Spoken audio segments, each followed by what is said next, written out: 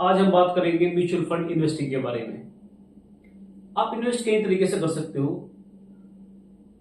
आप इन्वेस्ट करोगे कि आपके पास कितना पैसा है, कितना फंड है, उसके अकॉर्डिंग आप इन्वेस्ट करोगे। बहुत से लोगों के पास बहुत सारा पैसा इन्वेस्ट करने के लिए तो वो रियल एस्टेट में इन्वेस्ट कर देते हैं, गोल्ड में इन्वेस्ट करते हैं, में कोई रियल एस्टेट में, और कोई स्टॉक मार्केट में इन्वेस्ट करता है। स्टॉक मार्केट में भी इन्वेस्ट करने के अलग अलग तरीके होते हैं। कोई तो डायरेक्ट जाके स्टॉक्स में जाएगा, शेयर मार्केट में जाएगा, किसी भी कंपनी का, पर्टिकुलर कंपनी का शेयर खरीद लेगा, तो वो तो डायरेक्ट इन्वेस्टमेंट हो गया। और कोई चाहता है कि किसी के पास ज्यादा पैसा नहीं है और वो चाहता है कि उसको थोड़े से पैसे वो कई सारी कंपनीज में इन्वेस्टमेंट कर सके वो, तो उसके लिए सबसे बेस्ट तरीका है हमारा mutual fund investment. Mutual fund investing. Mutual fund investing होता क्या है और ये कैसे होता है?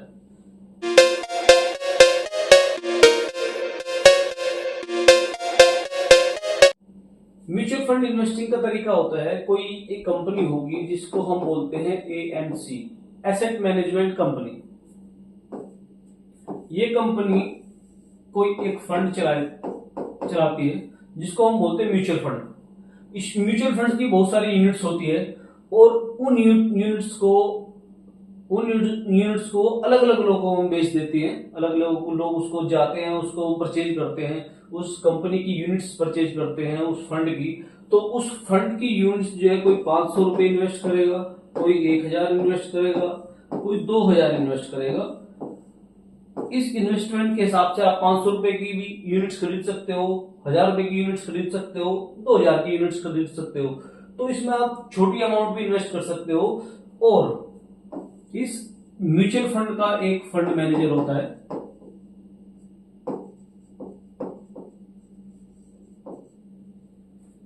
एक एएमसी कंपनी है, ये एक म्यूचुअल फंड चलाती है। इसका एक फंड मैनेजर होता है जो इस फंड को मैनेज करता है। और ये फंड मैनेजर जो होता है वो काफी एक्सपीरियंस होल्डर होता है, जिसकी मार्केट की नॉलेज होती है उसको अच्छी खासी, उसको ही फंड मैनेजर बनाया जाता है। उसकी एक्सपर्टीज आप लोग एक छोटी सी अमाउंट इन्वेस्ट करके यूज करते हैं और ये फंड मैनेजर आप जैसे सभी लोगों का जो पैसा इस फंड में इकट्ठा होगा, इस म्यूचुअल फंड में, उसको आगे इन्वेस्ट करता है। ये आपका इक्विटी में इन्वेस्ट कर सकता है, गोल्ड में करता है, आपका बॉन्ड्स में करता है, रियल एस्टेट में करता है। ठीक है, ये आपका इक्विटी, बॉन्ड्स, एफडी, गोल्ड, इन सब में इन्वेस्ट करता है। और इस फंड मैनेजर की कोशिश रहती है कि ये जो है आपको जहां इस फंड को इन्वेस्ट करे वहां से ज्यादा गेन वो निकाल सके और उस गेन को आप लोगों पे डिस्ट्रीब्यूट कर सके। क्यों? क्योंकि जिस कंपनी का ये फंड है, उसका ये फंड मैनेजर है, ये कंपनी नहीं चाहेगी कि आपका पैसा इसमें इन्वेस्ट हो रहा है और आपको कोई प्रॉफिट ना हो, क्योंकि इस कंपनी का जो फंड है वो आप लोगों से ही बना हुआ है। आप लोग इसमें इन्वेस्ट करोगे तो ही ये फंड आगे चलेगा। और ये कंपनी चाहेगी जो इसमें इन्वेस्टर है उनको अच्छे से अच्छा रिटर्न दिया जाए, ताकि वे इस कंपनी के साथ कंटिन्यू इन्वेस्टमेंट करते रहें और अपने सर्कल में, फ्रेंड्स में, फैमिली में भी इस कंपनी के बारे में बताएं कि भाई ये अच्छी कंपनी है, इसमें इन्वेस्ट करोगे तो आपको अच्छा रिटर्न मिलेगा। तो इस वजह से इस मैनेजर की पूरी कोशिश रहती है कि एक अच्छे तरह से इन्वेस्टमेंट करें, प्लान बना के ही इन्वेस्ट करें, ताकि आप लोगों को एक अच्छी रिटर्न मिल सके और आप इसमें दोबारा इन्वेस्ट करते। तो ये होता है म्यूचुअल फंड। और म्यूचुअल फंड के भी कई अलग अलग तरह के म्यूचुअल फंड होते हैं, जिसके बारे में हम बात करते हैं। एक होता है इक्विटी म्यूचुअल फंड, डेब्ट mutual fund, hybrid mutual fund. Equity mutual fund क्या है? इक्विटी म्यूचुअल फंड जो है ये इक्विटी में इन्वेस्ट करता है। इक्विटी म्यूचुअल फंड्स भी अलग अलग होते हैं। इसमें होते हैं large cap mutual fund, mid cap mutual fund, small cap mutual fund, multi cap mutual fund और फ्लेक्सी कैप म्यूचुअल फंड। बात करते हैं large cap mutual fund. Large cap mutual fund उन कंपनी में इन्वेस्ट करता है जो टॉप 100 कंपनीज होती है।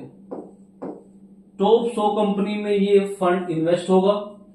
लार्ज कैप यानी कि लार्ज कैपिटल, जिन कंपनियों का कैपिटल 100 कंपनी, सबसे पहली 100 कंपनी जो भी जिनका कैपिटल सबसे ज्यादा होगा उसमें इन्वेस्ट करता है म्यूचुअल फंड। और उसमें इन्वेस्ट करने के कारण आपका रिस्क और रिटर्न यानी कि आपका प्रॉफिट भी बहुत कम होता है। क्यों? क्योंकि ये ऑलरेडी स्टेब्लिश्ड कंपनीज है, तो इनको ये नहीं कि जब बहुत बड़ा ग्रोथ आएगा बहुत बड़ा लॉस होगा, ऐसा इनमें कोई चांस बहुत कम होता है। लेकिन यही चांस है, आपका ग्रोथ के चांस भी कम है और आपके रिस्क भी कम है। इसमें आपको आपके पैसे डूबने के चांसेस भी बहुत कम होते हैं और आपका ज्यादा रिटर्न मिलने के चांसेस भी बहुत कम होते हैं। इसमें कम रिस्क कम रिटर्न होता है। इसके बाद आती है mid cap mutual fund. Mid cap mutual fund क्या होता है?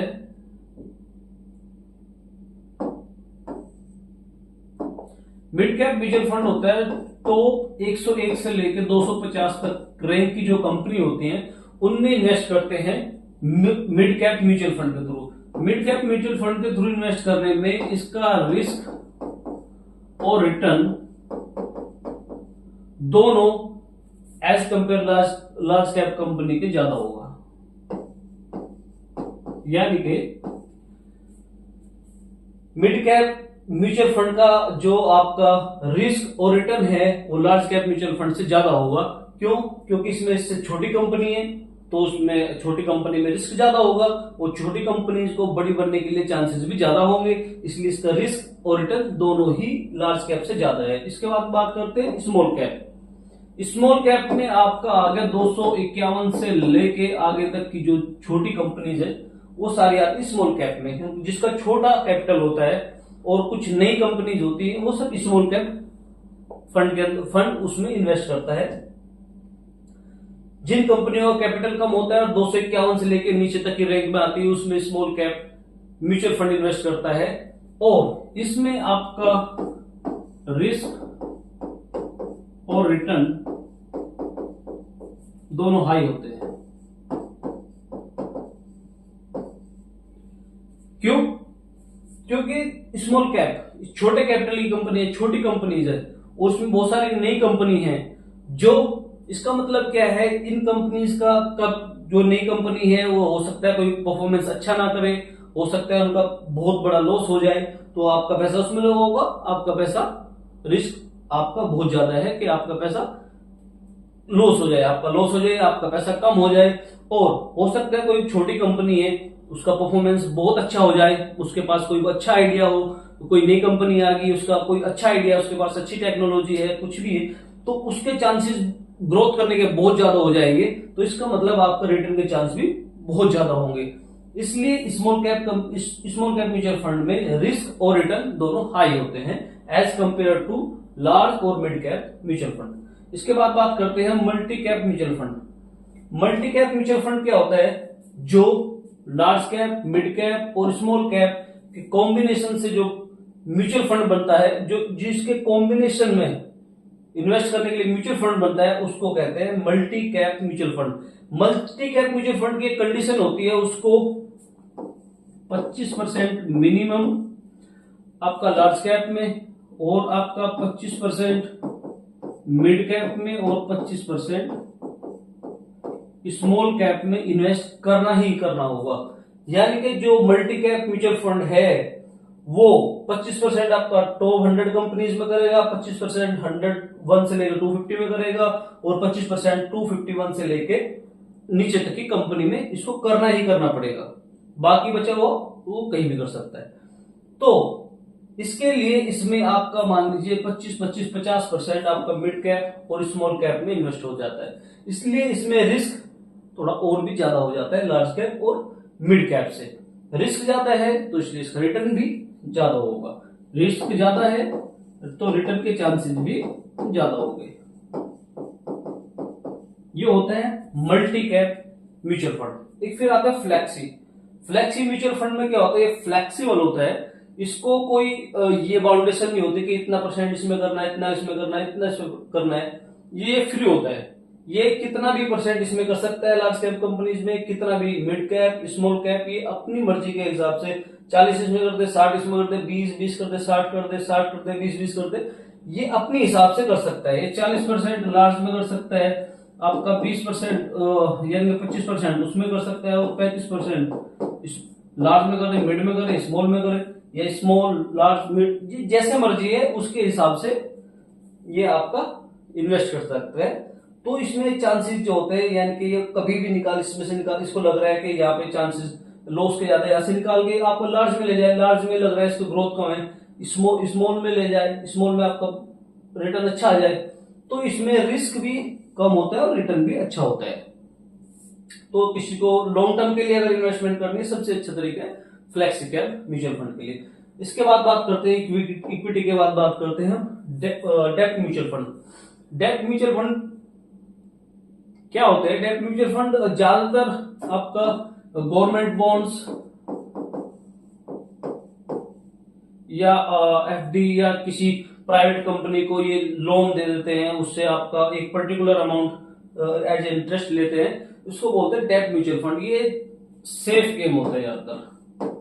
ये तो ये लोन के काम करते हैं, जैसे किसी कंपनी को लोन दे दिया, किसी या गवर्नमेंट बॉन्ड्स खरीद लिए। मान लीजिए गवर्नमेंट्स को किसी प्रोजेक्ट के लिए पैसे की जरूरत है, तो गवर्नमेंट अपने ये बॉन्ड्स इशू करेगी, ठीक है, और किसी भी एएमसी कंपनी के पास जाएगी, मुझे इतना पैसा चाहिए, ये बॉन्ड से, ये बॉन्ड रख लीजिए आप, और आप इतना पैसे दे दीजिए, ठीक है। या कोई प्राइवेट कंपनी है, कोई भी कंपनी है, लिमिटेड कंपनी है, वो गई किसी एएमसी के पास गई, एएमसी है, इसके पास कोई प्राइवेट कंपनी गई, 10 लाख रुपए ले लिया, ठीक है, लोन पे, और एक उसको 3 साल के लिए ले लिया, भाई मैं 3 साल तक इसको कोई पर्टिकुलर अमाउंट रिटर्न करेगी, उसके बाद इसका 10 लाख रुपए वापस कर देगी। ये होता है डेब्ट में क्या ज्यादातर होता है? डेब्ट में ये आपका सेफ रहता है। इसमें इन्वेस्टमेंट, डेब्ट म्यूचुअल फंड में इन्वेस्टमेंट आपका सेफ रहेगा, इसमें आपका रिटर्न और रिस्क दोनों ही कम रहेंगे। इसके बाद बात करते हैं hybrid mutual fund. Hybrid mutual fund क्या है? ये जो है इक्विटी प्लस डेब्ट, इक्विटी प्लस डेब्ट दोनों के कॉम्बिनेशन से बनता है, इसको कहते हैं हाइब्रिड म्यूचुअल फंड। ये इक्विटी में भी इन्वेस्ट करेगा और डेब्ट में भी इन्वेस्ट करेगा, ठीक है। तो इक्विटी और डेब्ट दोनों में इन्वेस्ट करने के कारण इसका रिस्क इक्विटी से कम होगा और डेब्ट से ज्यादा होगा, और रिटर्न भी इसका इक्विटी से कम होगा और रिटर्न डेब्ट से ज्यादा होगा। तो बात ऐसे बोल सकते हैं, हाइब्रिड का जो आपका रिस्क या रिटर्न है वो आपका इक्विटी म्यूचुअल फंड से कम है और आपका डेब्ट म्यूचुअल फंड से ज्यादा है, समझिए। यानी कि हाइब्रिड म्यूचुअल फंड जो है वो आपका इक्विटी में भी इन्वेस्ट करते हैं, डेब्ट में भी इन्वेस्ट करते हैं, ठीक है। तो इसके कारण उसको हाइब्रिड का जो आपका रिस्क और रिटर्न है इक्विटी से कम होगा लेकिन डेब्ट से ज्यादा होगा। ये होता है हाइब्रिड म्यूचुअल फंड। इसके बाद अब आते हैं एनएवी। एक होता है एनएवी। एनएवी क्या होता है? Net asset value. Net asset value क्या है? कोई एएमसी है, यानी कोई कंपनी है, उसने ये फंड बनाया है, ठीक है, उसका ये म्यूचुअल फंड है। तो उस म्यूचुअल फंड की बहुत सारी यूनिट्स है, उस यूनिट्स को वो डिस्ट्रीब्यूट करता है। तो उसकी पर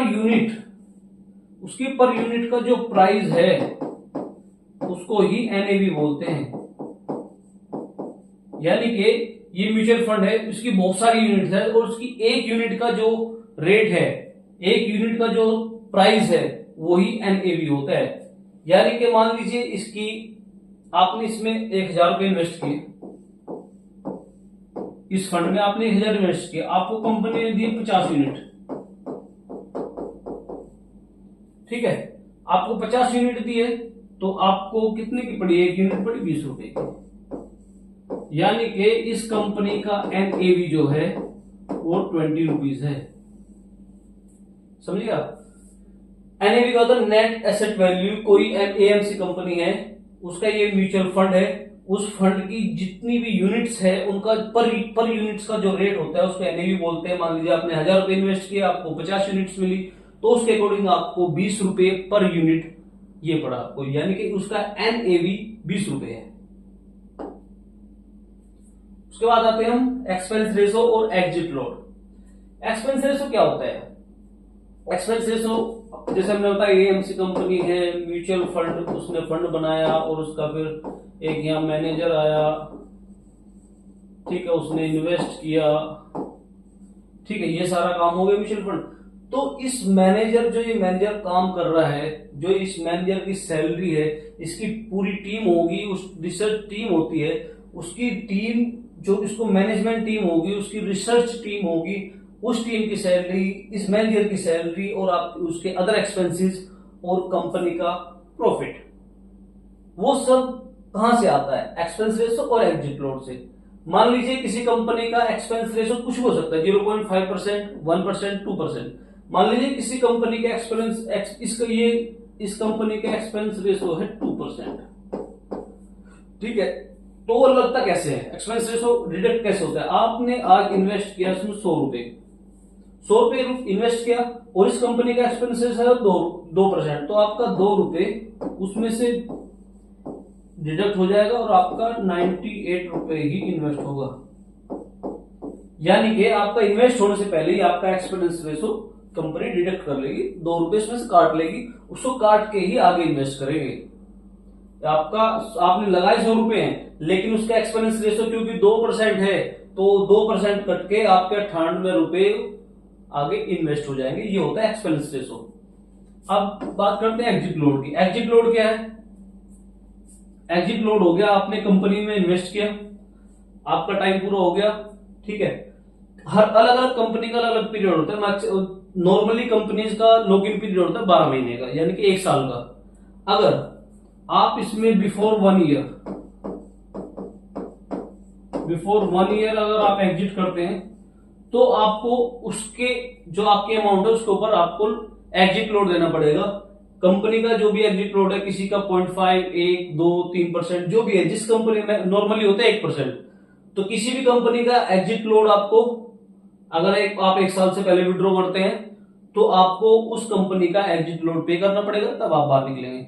अगर आप 1 साल के बाद एग्जिट करते हैं तो आपको कोई एग्जिट लोड नहीं देना पड़ेगा, आपको पूरा पैसा रिफंड मिल जाएगा। मान लीजिए आपके 10,000 रुपए हो रहे हैं और आपको 1 साल से पहले एग्जिट करना है और इस कंपनी का एग्जिट लोड है 1%, तो आपको 100 रुपए एज एग्जिट लोड देना पड़ेगा, यानी कि आपको 9,900 रुपए ही रिटर्न मिलेगा। ये एग्जिट लोड, ये हो गया आपका एक्सपेंस रेशो और एग्जिट लोड। इसके बाद बात करते हैं सिलेक्शन, यानी कि सिलेक्शन कैसे करें। सिलेक्शन करने के लिए पहले हम देखते हैं कंपनी कौन सी है। एक अच्छी कंपनी देखोगे, उसमें इन्वेस्ट करोगे आप। उसके बाद देखो कंपनी का आपका हिस्ट्री, परफॉर्मेंस क्या है, उसकी हिस्ट्री क्या है, 2 साल का ट्रैक रिकॉर्ड क्या है, 2 साल पहले, 3 साल पहले, 4 साल पहले, उसको कैसी ग्रोथ आ रही है, उसके हिसाब से आप इन्वेस्ट करोगे। उसके बाद देखोगे आप एक्सपेंस रेशो, बहुत जरूरी है। एक्सपेंस रेशो जितना कम होगा उतना ही आपका बेनिफिट होगा, यानी कि जितना एक्सपेंस रेशो कम होगा, आपके इन्वेस्टमेंट से उतना ही पैसा कम होके आपका इन्वेस्ट होगा, ज्यादा से ज्यादा पैसे इन्वेस्ट होंगे आपके और ज्यादा से ज्यादा प्रॉफिट होगा। तो ये जरूरी देखना है कि इसका एक्सपेंस रेशो किस कंपनी का कम से कम है। इसके बाद बात करते हैं एग्जिट लोड। एग्जिट लोड में भी जिस कंपनी का कम से कम एग्जिट लोड होगा तो आपको उतना ही बेनिफिट होगा, उतना ही पैसा आपको कम कटेगा उसमें से जब आप एग्जिट करोगे। तो एग्जिट लोड भी आपको देखना है, कम से कम जिस कंपनी का एग्जिट लोड होगा उतना ही आपको बेनिफिट होगा, ठीक है। तो ये सब देख के आपको अपना म्यूचुअल फंड सिलेक्ट करना है, तब आपको इन्वेस्ट करना है, ठीक है। और इन्वेस्ट आप जितना आपके पास एक्स्ट्रा पैसा है वही इन्वेस्ट करें, ठीक है। जितने ज्यादा से ज्यादा टाइम के लिए आप इन्वेस्ट कर सकते हो उतने ज्यादा से ज्यादा टाइम के लिए इन्वेस्ट करें, क्योंकि जितना ज्यादा टाइम के लिए, जितने भी ज्यादा लॉन्ग पीरियड के लिए आप इन्वेस्ट करोगे उतना ही ज्यादा बेनिफिट होगा। तो अपना पूरा प्लान पहले ही बनाएं कि आपको कितना टाइम के लिए आपको कितना पैसा आप इन्वेस्ट कर सकते हो, उसके हिसाब से आप अपना प्लान करें और उसी के हिसाब से इन्वेस्ट करें।